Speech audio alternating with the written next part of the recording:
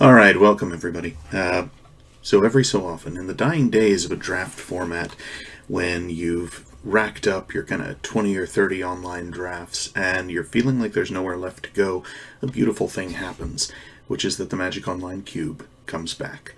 And then you get to play with stupidly broken, really powerful cards, ones that often you could never in a million years actually afford to have in your own collection or even to stick in your own curated cube, but you get the chance to play with them here. And it's always worth trying to dive in and see what you can make happen. So we're going to jump into the Legacy Cube. I haven't looked at the changes that have been made. I've seen a few people tweeting about it. It is always a pretty sweet time of year. And, well, we'll see how it goes. So for anyone who hasn't done a cube draft before or isn't familiar with the form of cube draft, a cube is really just a curated collection of cards. You can make one yourself. Even if you don't have a huge collection, you can just take a bunch of cards you have and put them together, and you've got a very basic cube. As you refine it, as you build it, you tend to move towards having the most powerful cards, the most interesting cards, the coolest combos in there. And the Magic Online Cube tends to be themed around certain formats. So this is the Legacy Cube. It means you're going to have some of the most powerful cards from the history of Magic, some of the most powerful interactions. And when you're drafting a cube deck, you're not really doing what you do in a normal draft set. You're not just building a good deck with a bunch of creatures and a bunch of spells. You're trying to build for really specific effects. Really, you're like creating a mini constructed deck, and you're going for a very specific set of interactions. Now what that means is to be really good at cube, it helps to really know what's in the cube, because that's going to determine what kind of constructed deck you can create. But most cubes are going to have some pretty common features in them. A while back, LSB wrote some articles for Channel Fireball, which really outlined some of the best ways to approach cube. And I'll link to those below so you can get a sense of some of the archetypes that we can be looking at. But otherwise, I'll try and kind of talk through it as we go through the draft. Just a disclaimer, I am definitely not an expert at this. I've done quite a few cube drafts before. Some have gone very well. Some have not. So let's see how this one goes. We're just about to jump in here. Whoop. All right, so some new cards showing up here already. We've got things like Hazaret the Fervent. If we want to go kind of red aggro, we've got Ravenous Chupacabra. This would be a slam first pick in most packs in the history of Magic, but here, it's good. It's a 2-for-1, which is great. But it's not necessarily a kind of jump on it first pick. There's Toxic Deluge, really good board wipe, although I think you can overestimate how powerful creatures are in the cube. Domri Raid, Planeswalker, kind of works best in aggro decks. Bone Shredder, not as good as Chupacabra. Adanto Vanguard seems like it could be okay in a kind of aggro-y deck. The two cards that are kind of drawing my attention here are actually Elvish Mystic and Rampant Growth. Both of those help you play things earlier than you should be able to. Rampant Growth also fixes your mana. Windswept Teeth is also worth looking at, although the green fetch lands maybe not quite as high a priority as the ones that let you fetch blue and let you fix in colors other than green. So let me just take Rampant Growth here. And we're looking to ramp things out to get higher up on the curve and to really kind of play things sooner than we should reasonably be able to. Okay, so we got some interesting things here. There's Approach of the Second Sun, which I had heard was new in the Legacy Cube. I'd be really interested to try this out. We've got Rampant Growth, so we're already sort of pushing towards the big mana payoffs. And Approach just gives you some real inevitability. It's possible that in Cube it's not going to be as powerful as it would be in... Well, it's certainly not going to be as powerful as it would be in Standard, partially because your opponent's sometimes going to be comboing you out, and Approach is great against people playing a fair game, but it's not necessarily great against someone who's kind of doing a Splinter Twin combo or something like that, trying to kill you all at once. Edric, Spymaster of Trest, sort of creature combat-y thing. Bitter Blossom's really, really strong on its own, but I think I'm going to take the Approach here. I could also see taking Elves, just because if you're playing Ram, you want a bunch of Elves. But Approach seems fine here. Okay, Elspeth Sun's Champion. There's another powerful payoff card for a ramp deck. Elspeth just kind of wins games on her own. Revelark is a really, really potent combo card, though. And one that... yeah, I mean, Elspeth is a finisher, but finishers are not in short supply in these cubes. I'd be tempted to just go with Revelark here. It's also worth noting things like Arc Trail and Jackal Pup. Often you find the red deck is open in cubes like these. If you're really just looking to get your feet wet in a cube, you can do a lot worse than just drafting red. You'll usually find the cards are going around, and you're going to win some games because you're just a lot faster than many of your opponents. Pelucranos always seems to show up in these cubes. I don't love playing mid-range. I don't think it tends to be all that great. But Revelark has enough combo potential. I'm going to take it over Elspeth here and look for interactions that go well with it. So just in case you don't know Revelark, when it leaves the battlefield, return up to 2 target creatures with power 2 or less from your graveyard to the battlefield. It has Evoke for 6, so you can just get that effect if you don't have a way to sort of get it out there and let it die. Sublime Archangel can be an okay top end for somebody doing a sort of white weenie deck. Giving all your creatures Exalted means you can just swing with one and you have this huge attacker. I don't love Elspeth Knight Errant. It's really a very mid-rangey card. Garruk Relentless is not bad. I don't know. I'm not wild about it. And I'm not seeing a ton of green going on here. So I think what I might do here is go for... Actually, I'll go for Collective Brutality, which combos pretty nicely with Revelark. It's possible the green's just not going to happen, in which case, you know, we want to get into a position where we can play something that's actually going to work for us. Okay, so Murderous Redcap fits with that Revelark combo that we were talking about just now. So if you can get your red cap into your graveyard, then Revelark gives you a chance to kind of bring it back. And Murderous Redcap is absolutely a combo card that can just go off and end the game on the spot if you find the right things to go with it. Okay, so we've got some removal here. There's still a little bit of ramp going around. There's also an Archangel Avacyn, which is fine. There's an Abyssal Persecutor. Flashbang Vigilance, creatures you control get indestructible. There's an Olivia Voldaren. She is a card who can really do some work. Like if you can defend her just a little while, she is very, very powerful. I don't know that we're really playing red, which may be an issue here. Go for the Throat is fine, not amazing, but fine. I don't know, what do I want here? I'll take the Selfless Spirit. We may just end up doing a bit of beatdown stuff, and that's alright. Tetsimok, another ultimate price in the same kind of school as some of these other things. So, yeah, here's power 2 or less. So Duplicant, even though it's a 6-mana card, that's going to combo with things like Collective Brutality and Revelark. That's going to give us a chance to get back a powerful effect. And that, for me, makes it a much better pick than Tetsimok here. Also, your opponent's often not going to have tons and tons of creatures. So I'll take Duplicant for its combo potential. So here we got Knight of the Reliquary. Pretty powerful card. There's also a Sorin Solemn Visitor. Planeswalkers tend to be okay in the cube. There's a lot of really good creature removal. There is, perforce, less good Planeswalker removal. So I could see going for something like that. Monastery Mentor, I think it's a prowess payoff, but it's not only that. If you get a couple of tokens, you're doing pretty well out of it. But I think Sorin seems okay. We've passed some token cards, but there's still a few more out there. So Windswept Heath's still going around at this stage. There's also a Parallax Wave. I need to remember how this card works. So it's an enchantment for 4, Fading 5, remove a fade counter, exile a creature. When it leaves the battlefield, each player returns. Yeah, that sounds like it's probably good, but also super complicated in a way that I don't necessarily want to mess around with at the moment. Got an Adunto Vanguard. We've also got a Bone Shredder. Yeah, let's take Bone Shredder.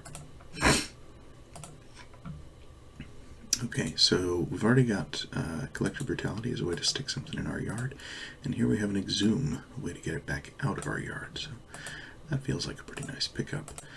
Mana Confluence, don't love any of those lands. I'll take Freebooter.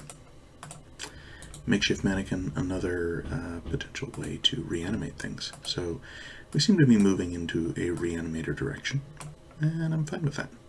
So, Abyssal Persecutor. Yeah, let's take Olivia. Oh no, we took Abyssal Persecutor. Okay, fine. So Rampant Growth, our first pick, is going to go off to the side because green just was not flowing all that well. Ooh, Kitchen Finks, Jite. Alright, Umezawa's Jite. Stupidly broken card. I'm pretty happy to pick that in most packs. Yeah, and we're going to be getting into creature combat now and again, so I'm fine with that. Sensei's Divining Top's worth thinking about. Kitchen Finks is nice to have. It, if we end up in a kind of persist sub-theme, if we can get some cards that pay us off for sacrificing things, that's great. There's also Shouldred. Like, going Collective Brutality to discard Shouldred to exhume it back in is pretty sweet. Or even Makeshift Mannequin it back in. Yeah, those are not bad. But I'm going to take Jite. Shouldred is super great.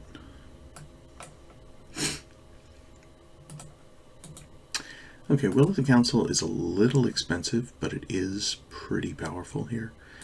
Or sorry, not Will of the Council, Council's Judgment. Starting with each player votes for a non-land permanent you don't control. Exile the permanent with the most votes or tied for the most votes. So it's starting with you. Effectively, it's exile target permanent. But that's a pretty sweet place to be. There's also a Hymn to Turok and a Gifted Aetherborn. I don't love either of those because they're very early double black. And I'm not sure that's where I'm going here. Field of Ruin also seems to have potential, although I don't know how much artifact fixing there is in the cube. Like, if people are relying on dual lands for fixing, that seems great. If they're relying on artifacts for fixing, it's not as great. So, we'll take Council's Judgment. Hostage Taker. Now, Hostage Taker is definitely the kind of card that's going to go nicely with a Revel Arc here. There's also a Path to Exile worth knowing about. There's a Godless Shrine, so there's on-color dual. But I'm going to take the Hostage Taker. That's got a really high upside.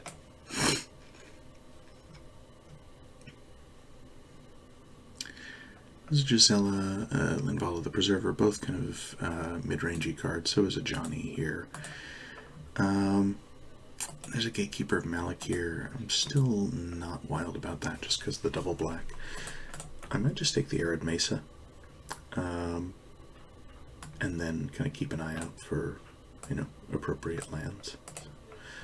Sort by convert mana cost. Ooh, so we've got a Scarab God, we've got a Marsh Flats, which is pretty nice, but we've also got the Grizzle Daddy, and a Pack Rat. Now, this is one of those nasty places, like how greedy do you want to get? Because Grizzlebrand is the best thing to discard and then get back. Pack Rat is a really good way to discard things. And I kind of need that if I'm going to abuse Revel Arc. So I've got Duplicant, I've got Hostage Taker, Abyssal Persecutor I don't love. Yeah, I need ways to get things in my yard, but I'm just going to take Grizzlebrand here. And hope that we can find some others. Alright, so Recruiter of the Guard. Enter the battlefield, search your library for a card with toughness 2 or less. We've been selecting for power 2 or less, which means we're not actually quite as good on that. Let me just take Anguish Unmaking. This is another copy of Council's Judgment, effectively.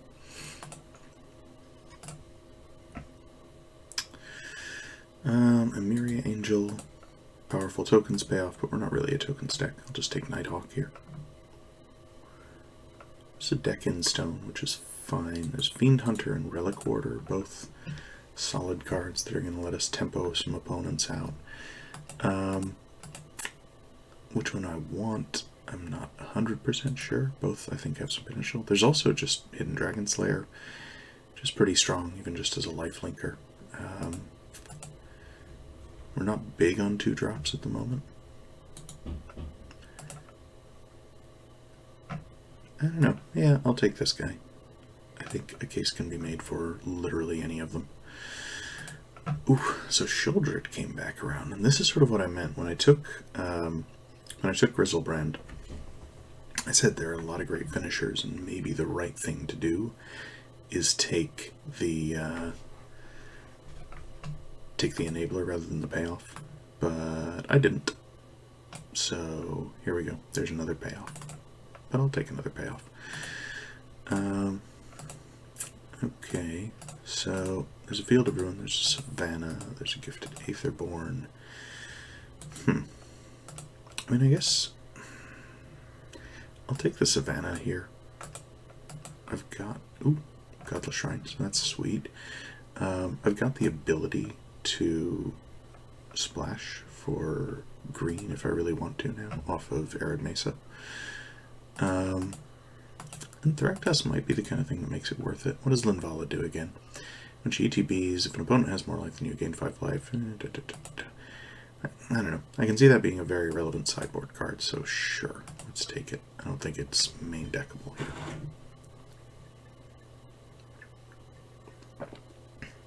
So we're coming into pack 3. It would be nice to actually be able to... Oof, Backrat Wield. Sweet. Not punished for our greed. It's very kind. Very kind. So I do still want more discard outlets here.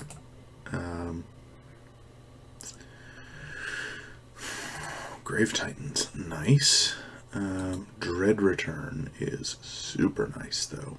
And Dread Return kind of ties together a few different things that we got going on here. Like we've got some things that are going to make us tokens, like Packrat, Sword and Solemn Visitor. Dread Return gives us the ability to return a creature from the graveyard to the battlefield and then do it again by sacrificing 3 creatures. So if we can find, you know, like if Legion's Landing wheels, then Dread Return is online all of a sudden.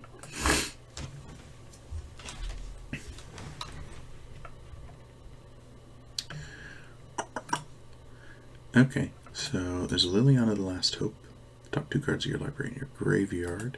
So she's a way to get things into the yard. There's also a Polluted Delta. I think we probably just take the Liliana here. Like, how important is it to be able to play Hostage Taker naturally? I don't feel like it's that important. There's a Reflector Mage. That's pretty sweet. Distended Mindbender. We're not in the market for that. Each player exiles all creature cards from his or her graveyard, then sacrifices all creatures he or she controls. Puts all cards exiled that way onto the battlefield. Yeah. Seems okay. Darkslick Shores isn't fetchable in our current configuration. Yeah, I'll take Living Death then. Mother of Runes is pretty powerful. There's also Disfigure. We're not huge on removal at the moment.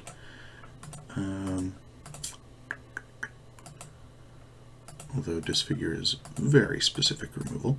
There's a Solemn Simulacrum. I mean, this is a card that gives you value and that lets you sack things. I think that's probably fine.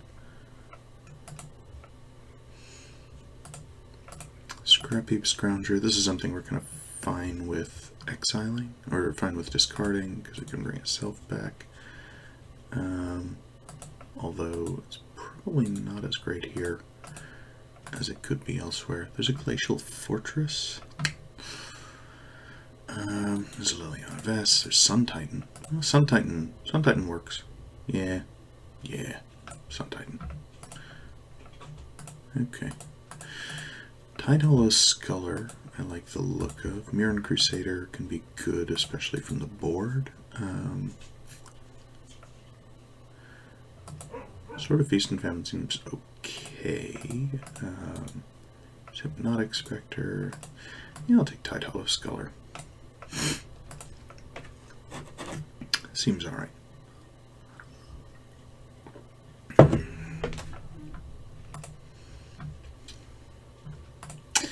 Restoration Angel. So, flash when at ETB is exile target non-angel creature you control, then return that card to the battlefield under your control. Pretty good. There's Hangerback Walker, which could be a nice way to make a bunch of tokens. It's not really our plan A.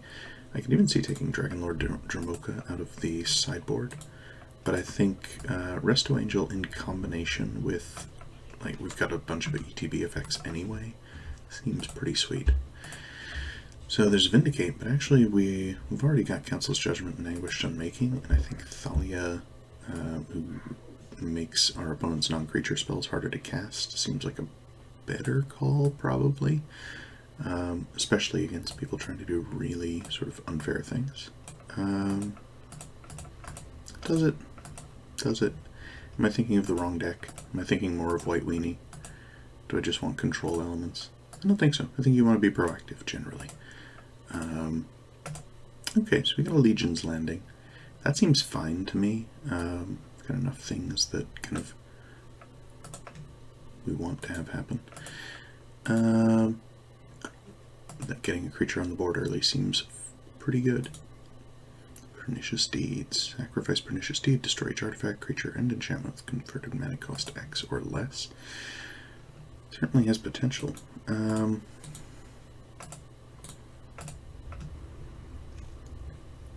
also just Dreadbore, Unexpectedly Absent. Sure, let's take Unexpectedly Absent. I don't know that we start it. I could see taking any of these. Yeah, I'll take the Vent.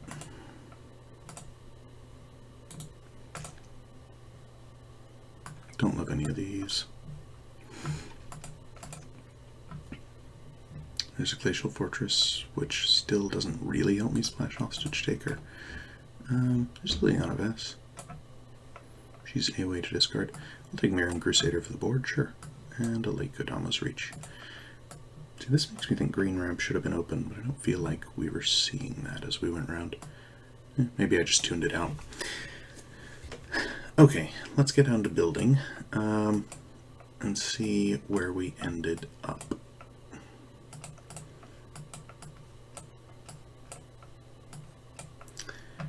So first let's just separate out spells from creatures.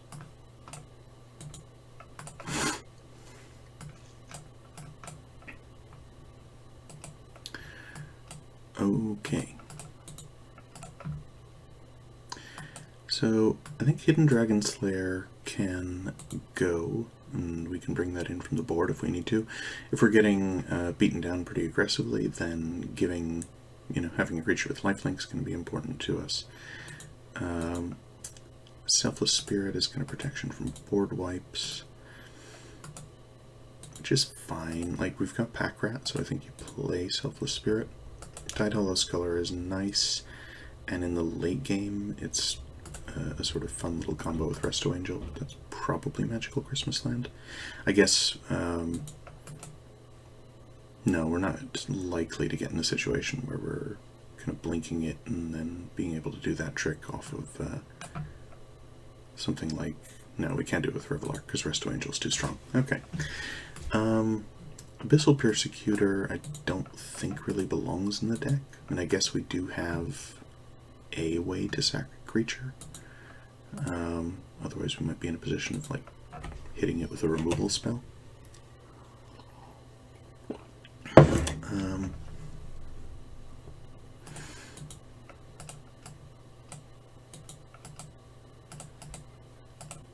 Alright. We definitely have to make some cuts. I'll take out Hostage Taker, I think. Although I love the idea of blinking it with Resto Angel. But I don't love the idea of not being able to hardcast it. So what are my discard outlets here? I've got Pack Rat, Liliana Vess. Liliana the Last Hope isn't a discard outlet, but she does put things in my yard.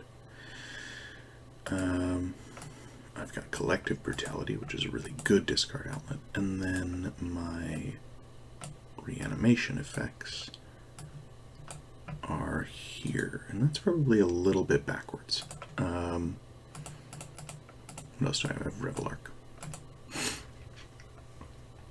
I would prefer this column to be a little bit bigger and this one to be a little smaller, but yeah, beggars and choosers. We're definitely going to get some broken starts here. Read the Bones is probably too dirtily. I'm happy to be corrected on that. And Soren is not really plan A. I think he's a good sideboard card. We can definitely bring him in if we need to find ways to mess with our opponents' game plan. If they're too aggressive, we need the lifelink, whatever it is. Okay.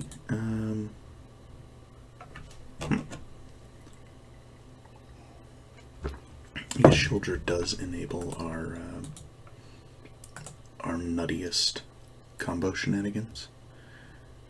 Like being able to just constantly bring back Murderous Redcap. That probably ends the game.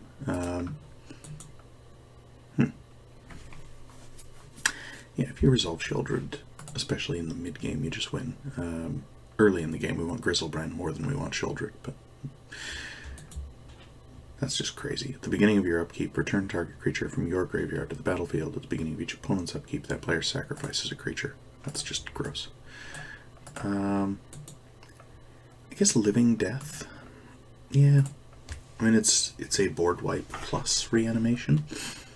I think it might just be a little bit win more in this deck. Maybe Legion's Landing doesn't belong here either. I think that's maybe something you bring in from the board. So I'm pretty happy playing 16 lands here. And we've got no reason to actually play red mana, because we just never need it. So we've got two black-white duels. 13, 14, 15, 16. Do like that. I think it's overestimated our black because it thinks we want to hardcast Grizzlebrand, which we don't really. Okay. Yeah, we're going to try this and see how we go. Should be capable of some pretty cool stuff, and hopefully we pick up a couple of wins along the way, but hey, I'll be happy if we just get to exhume Grizzlebrand a couple of times and draw a bunch of cards, gain a bunch of life. So come back in a little while, we'll start match 1 and see how we get on. All right, catch you in a bit.